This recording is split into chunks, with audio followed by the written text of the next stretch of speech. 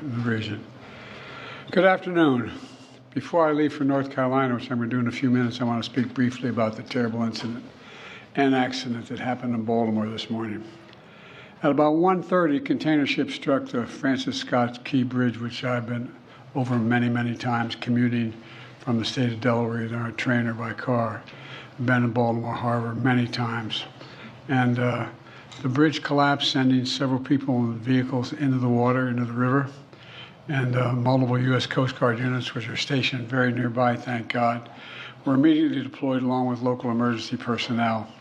And the Coast Guard is leading the response to the port, where representatives from the Federal Highway Administration, the FBI, the Department of Transportation, the Army Corps of Engineers, as well as Maryland officials and Baltimore Police and Fire, are all working together to coordinate an emergency response. Officials at the scene estimate 8 people were unaccounted for were unaccounted for. That number might change. 2 have been rescued, 1 without injury, 1 in critical condition. And the search and rescue operation is continuing for all those remaining as we speak. I spoke with Governor Moore this morning, as well as the Mayor of Baltimore, the county executive, both United States senators and the congressman. And my Secretary of Transportation is on the scene. I told them we're going to send all the federal resources they need as we respond to this emergency. And I mean all the federal resources. And we're going to rebuild that port together. Everything so far indicates that this was a terrible accident. At this time, we have no other indication, no other reason to believe there's any intentional act here. Personnel on board the ship were able to alert the Maryland Department of Transportation that they had lost control of their vessel, as you all know and reported. As a result, local authorities were able to close the bridge to traffic before the bridge was struck, which undoubtedly saved lives. And our prayers are with everyone involved in this terrible accident and all the families, especially those waiting for the news of their loved one right now. I know every minute in that circumstance feels like a lifetime. You just don't know. It's just terrible. We're incredibly grateful for the brave rescuers who immediately rushed to the scene, and to the people of Baltimore who want to say, we're with you. We're going to stay with you as long as it takes. And like the governor said, you're Maryland tough, you're Baltimore strong, and we're going to get through this together. And I promise we're not leaving. Here's what's happening now. The search and rescue operation is our top priority. Ship traffic in the Port of Baltimore has been suspended until further notice, and we'll need to clear that channel before the ship traffic can resume. The Army Corps of Engineers is on the spot and is going to help lead this effort to clear the channel. The Port of Baltimore is one of the nation's largest shipping hubs, and I've been there a number of times as a senator and as a vice president. It handles a record amount of cargo last year. It's also the top port in America for both imports and exports of automobiles and light trucks.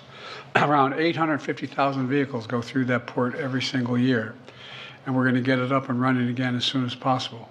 15,000 jobs depend on that port, and we're going to do everything we can to protect those jobs and help those workers.